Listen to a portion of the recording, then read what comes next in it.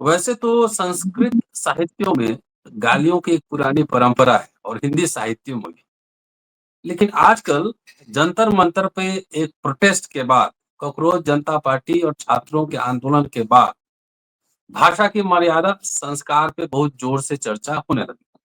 थोड़ा सा याद दिलवा दूं, प्रधानमंत्री नरेंद्र मोदी ने 60 करोड़ की गर्लफ्रेंड शब्द का उपयोग किया था। जर्सी गाय जैसे शब्द का उपयोग किया। इलेक्शन में हिंदू, मुसलमान, मंगलसूत्र तमाम बातें हुई। ये आपको याद होगा। धर्म के नाम पर सीधा और सीधा जिस तरह बटोगे तो कटोगे, शमशान और कब्रिस्तान सब चलता रहा। वो सब आपने देखा ही होगा।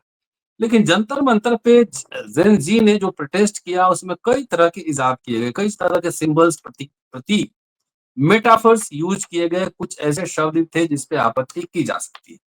लेकिन ये तो छात्र हैं, और छात्र आक्रोशित थे, आंदोलित थे, माना जा सकता है। लेकिन राजनेता, प्रधानमंत्री खुद, चीफ मिनिस्टर योगी जिस तरह की भाषा का प्रयोग करते हैं वो कितना मर्यादित है। इसके अलावा मनोज तिवारी सांसद है, भोजपुरी के सिंगर भी, एक्टर भी। किस तरह के गाने गाते हैं और किस तरह की भाषा का प्रयोग करते हैं आप सब जानते हैं, मुझे कहने की जरूरत नहीं है। लेकिन जंतर मंतर पर प्रोटेस्ट के बाद और धर्मेंद्र प्रधान के इस्तीफे के बाद 2 नाम यहाँ विशेष रूप से लेना चाहता हूँ और उसके बाद सीधे आरएसएस संस्कार, इसी के ऊपर चर्चा करेंगे।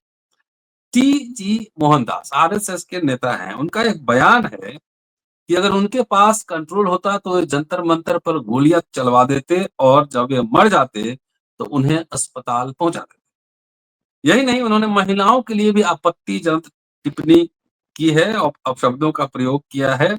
और उनका कहना है कि प्रदर्शन में आने वाली महिलाओं को गैंग रेप से भी फर्क नहीं पड़ता, क्योंकि ऐसे लोग बलात्कार पसंद करने वाले लोग होते हैं। ये आरएसएस का संस्कार है, उनके नेता कह रहे हैं।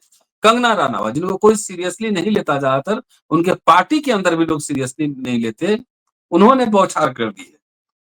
इन छात्राओं को, यंगस्टर्स को, जेन जी को गटर छाप कहा है। और इसके साथ साथ कंगना का कहना है कि महिलाएं स्वतंत्र महिलाओं की नकल उतारते हुए नशे करने, शराब पीने, अनगिनत आदमियों से संबंध बनाने को स्वतंत्रता कहती हैं। इनको कंगना रनावत गटर जनरेशन कह रही है।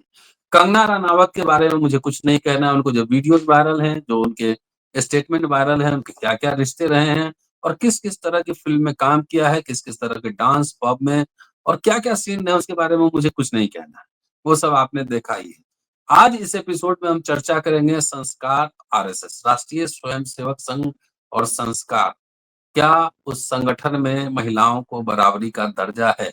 क्या है उनकी संस्कृति? तमाम पहलुओं पे चर्चा करेंगे। हमारे साथ प्रोफेसर राम पुनियानी साहब हैं, लगातार आप अम्बेडकर नामा पर सुन रहे हैं। और सीधे चलते हैं, आरएसएस के मामले के जानकार हैं, बहुत किताबें उन्होंने लिखी है आरएसएस पर। और पुनियानी साहब से समझेंगे कि संस्कार की बात जो कर रहे हैं, कितने संस्कारी। आखिर आरएसएस ने इनसे पल्ला झाड़ लिया है। जो आरएसएस के नेता ने बयान दिया है जंतर मंतर पर, वो केरल के रहने वाले हैं, टीजी मोहनदास। आरएसएस ने पल्ला झाड़ लिया है। वैसे भी मोहन भागवत गोलमोल बात करने के लिए बहुत ही जाने माने चेहरे हैं। गोलमोल बात करते हैं, जब कुछ मामला आता है तो गोलमोल बात कर निकल जाते हैं। स्वागत है सर। नमस्ते सर। धन्यवाद रतनलाल जी सर। देखिए, आपने प्रस्तावना में बहुत अच्छे तरीके से बताया है कि समस्या क्या है। और ये जो कंगना रनावत और मोहनदास, इनके जो स्टेटमेंट्स आए हैं वो बहुत जी। एक प्रकार से चौंकाने वाले हैं। और दूसरी प्रकार से समझा जा सकता है कि ये आरएसएस विचारधारा का प्रतिनिधित्व करते हैं। आरएसएस के पल्ला झाड़ लेने से कुछ नहीं होता।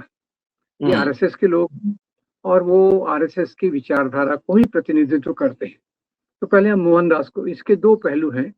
एक तो नैतिकता का पहलू है और दूसरा इस प्रकार के आंदोलन से कैसे डील करना, कैसे उसका मुकाबला करना। तो जी। मोहनदास एक केंद्रीय मंत्री हैं, मैं उनका नाम भूल रहा हूँ। वो जो उन्होंने कहा कि इसमें भी ऐसी गोलियां चलवा देता मैं और इनको ये उल्टा उल्टा टांग देता। मैं उनका नाम भूल रहा हूँ। और मोहनदास कह रहे हैं कि वहाँ गोलियां चलवा देते और ये कर देते। तो मुख्य रूप से बात यह है कि आरएसएस की विचारधारा पहली तौर से लोकतंत्र में मानती नहीं है। हम्म। इसकी जो विचारधारा है वो राजाशाही के समय से आने वाली शासक और प्रजा, राजा और प्रजा वाली इनकी विचारधारा है कि प्रजा राजा के खिलाफ नहीं बोल सकती। लोकतंत्र में जो है राजा ये सर्वोपरि है। और दूसरा, आप जानते हैं कि हमारे जो लोकतांत्रिक सरकार खुद को बोलती है, इसको पूरी दुनिया के इवैल्यूएशन में इसके लोकतंत्र की जो डिग्री है, इंडेक्स है, वो गिरता जा रहा है। यहाँ तक कि हमारे कुछ पड़ोसी देशों से भी इसका लोकतंत्र का इंडेक्स गिरता जा रहा है। और उसका मुख्य कारण ये है कि जो लोकतंत्र के मुख्य मूल्य हैं, अभिव्यक्ति की स्वतंत्रता, आपके धर्म की स्वतंत्रता, आपका न्यूट्रिशन न्यूट्रिशन के हंगर इंडेक्स में भी हम बहुत नीचे जा रहे हैं। तो पहली बात तो ये है कि लोकतंत्र में इनका विश्वास नाम मात्र को है। भारतीय संविधान को आरएसएस नहीं मानता, बीजेपी तो उनका पुत्र है, और आरएसएस संविधान को नहीं मानता, ये बात हम शुरू से जानते हैं। जैसे ही संविधान आया तो ऑर्गेनाइजर में उन्होंने लेख लिखा कि ये भी कोई संविधान है, इसमें तो भारतीय मूल्यों का कोई उल्लेख नहीं है। भारतीय मूल्य यानी क्या? मनुस्मृति। भारतीय मूल्य यानी क्या? ब्राह्मणवाद। भारतीय मूल्य यानी क्या? मनुवाद। भारतीय मूल्य यानी क्या?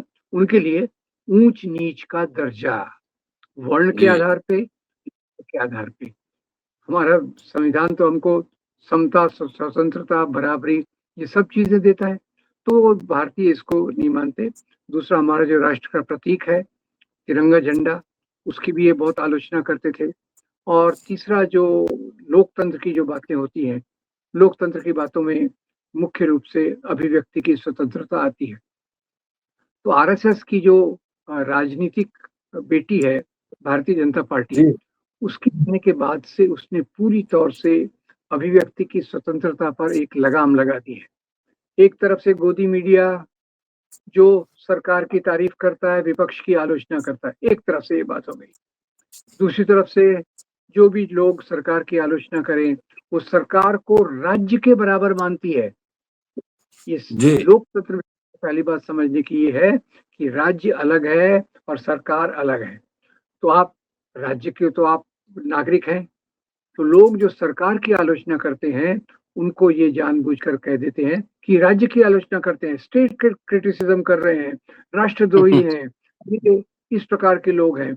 ये उनकी एक तरीका है। तो पहली बात तो जो मोहनदास और ये केंद्रीय मंत्री ने कहा कि हम इस जंतर मंतर के आंदोलन को या लोगों को उल्टा लटका देते, गोलियां चलवा देते, तो ये उनकी जो लोकतंत्र में विश्वास न होने को दिखाता है पूरी तौर से।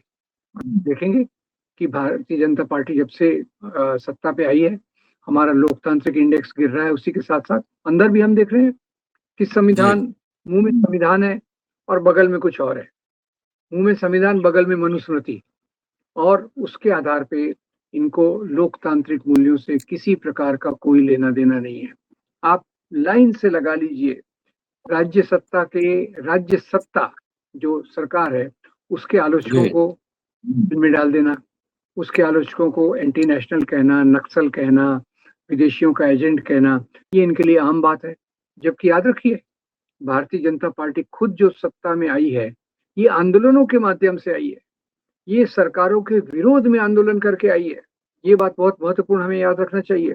खुद तो वही रास्ते से आए सत्ता पे, और सत्ता में आने के बाद इनके खिलाफ जो बात कर रहे हैं, उनको वो कह रहे हैं कि ये हमारे देशद्रोही हैं, वगैरह वगैरह। तो ये आंदोलन पर इतना मजबूत था, इतना जबरदस्त था, केवल जंतर मंतर में नहीं, जंतर मंतर में शुरुआत हुई पूरे देश में। मैं बंबई में देखा, हुजूम था, आप लोगों को गिन नहीं सकते, जुड़ रहे हैं लोग, नारे लगा रहे हैं, पोस्टर बना रहे हैं, गाने गा रहे हैं, सरकार के खिलाफ बात कर रहे हैं। तो एक जैसे जलसा होता है, वैसा माहौल में नहीं, जलसा। और इसलिए मुझे कार्ल मार्क्स का एक वाक्य याद आया, क्रांतिकारियों का उत्सव है, revolution is a festival of masses. याद रखिएगा, भले ये नहीं, मुझे याद रह गई, और वही चीज मुझे देखने को मिली। तो उनपे ये गोलियां चलवाते, उनपे लाठियां चलवाते, तो पूरे देश में क्या होता आप सोच सकते हैं। पर खैर, उनकी ये सोच स्वाभाविक है, क्योंकि उनको शाखाओं में लोकतंत्र नहीं सिखाया जाता, राजतंत्र राजा को सिखाई जाती है। ये नंबर 1। नंबर 2, महिलाओं के बारे में। अब कंगना रनावत का तो आपने सही कहा, उनके बारे में कहना क्या, कि जो बात उन्होंने फिल्मों में दिखाई है, उस बात के लिए वो इस जनरेशन की आलोचना कर रही है। ये डबल स्टैंडर्ड देखिए, जिस बात को फिल्मों में दिखाती है उसकी लोगों के लिए आलोचना, लड़कियों की आलोचना कर रहे हैं। और रतनलाल, मैं इस बार बताऊं, मुझे इतनी खुशी हुई कि इस जो पूरा जंतर मंतर का माहौल था, उसमें लड़कियां अपने आप को सुरक्षित महसूस कर रही थी। हमारे समाज लड़कियों का सुरक्षित महसूस करना, ये आंदोलन का असली पैरामीटर है। मैंने बंबई में देखा, दिल्ली में जंतर मंतर ने आपने देखा होगा कि लड़कियों को आपस के जो पार्टिसिपेंट्स थे उनसे कोई डर नहीं था। डर था पुलिस से। पुलिस किस प्रकार से उनको मोलेस्ट करती है, किस प्रकार से अपमान करती है। साथी लोग जो थे वो साथी हैं, दोस्त हैं, उसके हिसाब से उनका चला। और मैं तो खास तौर से वो जो लड़की 23 दिन तक वो इस पे बैठी, नेहा बोरा, सलाम करता हूँ ऐसी लड़कियों को। और बाकी लड़कियों ने जो पोस्टर बनाए, उन्होंने जो गानों में हिस्सा लिया, अद्वितीय है, बिल्कुल अद्वितीय है। तो एक बात यह है कि लड़कियों को बदनाम करने के लिए ये जो लैंगिक चरित्र पर उंगली उठाना सबसे पहली बात होती है। जो मोहनदास या जो केरला के आरएसएस के बुद्धिजीवी कह रहे हैं, ये लड़कियों को, स्त्रियों को द्वितीय दर्जे का मानते हैं। और ये कहाँ से मानते हैं द्वितीय दर्जे का? आरएसएस देखिए, पुरुष पुरुष पुरुष केंद्रीय संगठन है, राष्ट्रीय स्वयं सेवक संघ। और के लिए क्या है? राष्ट्र सेविका समिति। उनका स्वयं उनसे छीन लिया, उनका स्वयं उनसे छीन के अपने जेब में लिया। और ये बात, क्योंकि स्त्रियां उनके लिए बराबर नहीं हो सकती, इसलिए वो अगर बराबरी से अपना अधिकार दिखाएं, पब्लिक प्रोटेस्ट में आने का, गाना गाने का, हंगर स्ट्राइक करने का, और एक नागरिक के रूप में बिहेव करने का, बराबरी के नागरिक के रूप में बिहेव करने का, तो ये उनसे सहन नहीं होता। इसलिए उन पर लांछन लगाने के लिए, ये जो स्त्रियों पर लांछन लगाने के लिए लैंगिक बात सबसे महत्वपूर्ण होती है, उसको ही वो सामने लाते हैं।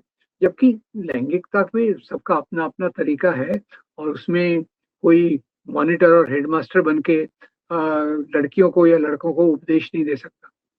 बदलता समाज है, स्वाभाविक रूप से हमारे 100 साल पहले जो संबंध होते थे और आज किस प्रकार से दोस्तियां होती हैं, वो एक ही प्रकार से उनको आंका नहीं जा सकता। जब आप स्त्रियों को वंचित रखते थे शिक्षा के अधिकार से, जब आप स्त्रियों को शिक्षा के अधिकार से वंचित रखते थे, मुझे एक बात याद आ रही है, सावित्रीबाई फुले, फातिमा शेख, लड़कियों के लिए स्कूल खोले, तो लड़कियों के लिए स्कूल, लड़कियों को शिक्षा देने लगे, तो उसका विरोध कैसे हुआ? पहला विरोध हुआ कि भाई ये तो हमारे धर्म के खिलाफ है, आ गया इनका धर्म।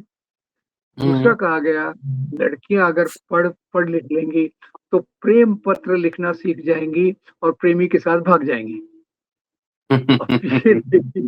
उनको अपनी लैंगिकता पर कितना डर लगता है कि हर समय उनको यही डर सताए रहता है कि स्त्रियों पर हमारा जो वर्चस्व है, कहीं वो टूट न जाए, कहीं वो इंडिपेंडेंट व्यक्ति ना बन जाए। इंडिपेंडेंट व्यक्ति से मेरा मतलब है, जैसे पुरुष इंडिपेंडेंट जीवन के फैसले करता है, अपने जीवन के आधार पर चलता है। तो ये चीजें जो मोहनदास कर रहे हैं, कह रहे हैं, ये उनकी आरएसएस की मानसिकता को बताता है।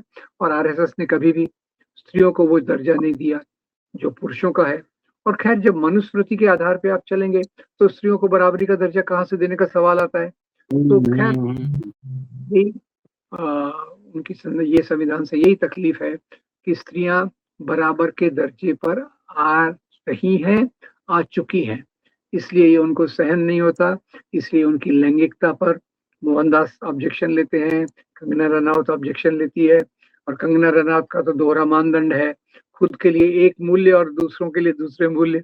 ये उनका बड़ा मजेदार किस्सा खैर होता है। पर खैर, ये रतनलाल, मुझे काफी दुख हो रहा है कि आरएसएस इतने सालों बाद भी अपना जो उनका रवैया है स्त्रियों के बारे में, वो छोड़ नहीं पा रहा। शाखाओं में यही चीज चलती है। शाखाएं किसकी होती हैं? लड़कों की होती है। 5 से 15 साल के, 15 साल से 50 साल के लड़के, उनकी होती है।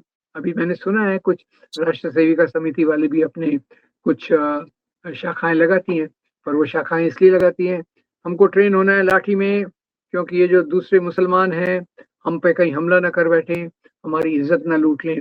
उनका उनका लाठी सीखने का मतलब और है। पुरुषों का लाठी सीखने का मतलब क्या है वो तो हम भी नहीं जानते। क्या वो लाठी से तो कभी अंग्रेजों से लड़ नहीं पाए। खैर, अंग्रेजों से वैसे भी नहीं लड़े। लाठी क्या में काम में आती है? दंगों में काम में आती है। तो दंगों में सक्रिय रह के किस प्रकार से काम कर सकते हैं, ये उनकी चीज है। तो आपने एक बहुत महत्वपूर्ण बिंदु उठाया है। तो इसमें मैं दो चीजें मुझे याद आती हैं। एक, आरएसएस का जो प्रवाह है वो मानता है साम दाम दंड भेद। इसीलिए नैतिकता का इसमें कोई स्थान नहीं है। अपने गोल को प्राप्त करो, किसी प्रकार से भी हो सकता है तो प्राप्त करो। एमपीज को खरीदना है, एमएलए को खरीदना है, खरीद लो। और जो पहले करप्शन के लिए जिनको आप आलोचना करते थे उनको भी अपनी पार्टी में ले लो, नो प्रॉब्लम। नैतिकता का वहां सवाल ही नहीं उठता। और दूसरी तरफ देखिए, बाबा साहब आम्बेडकर, महात्मा गांधी, एक दूसरा मोहनदास। महात्मा गांधी क्या कहते थे?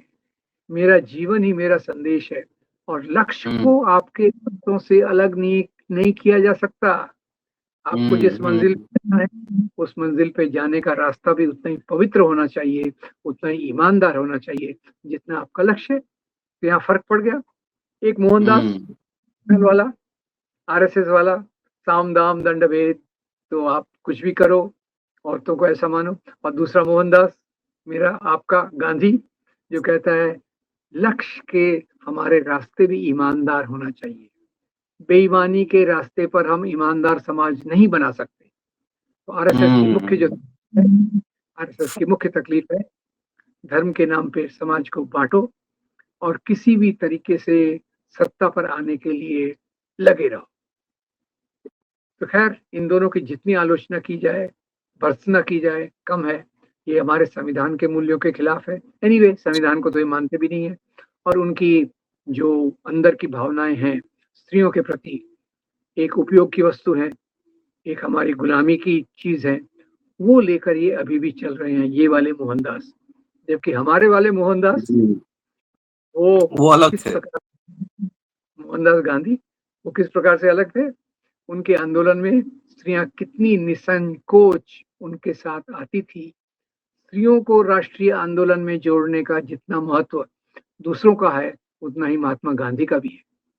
और ये, क्योंकि वो मानते थे स्त्रियों का भी पूरा अधिकार है।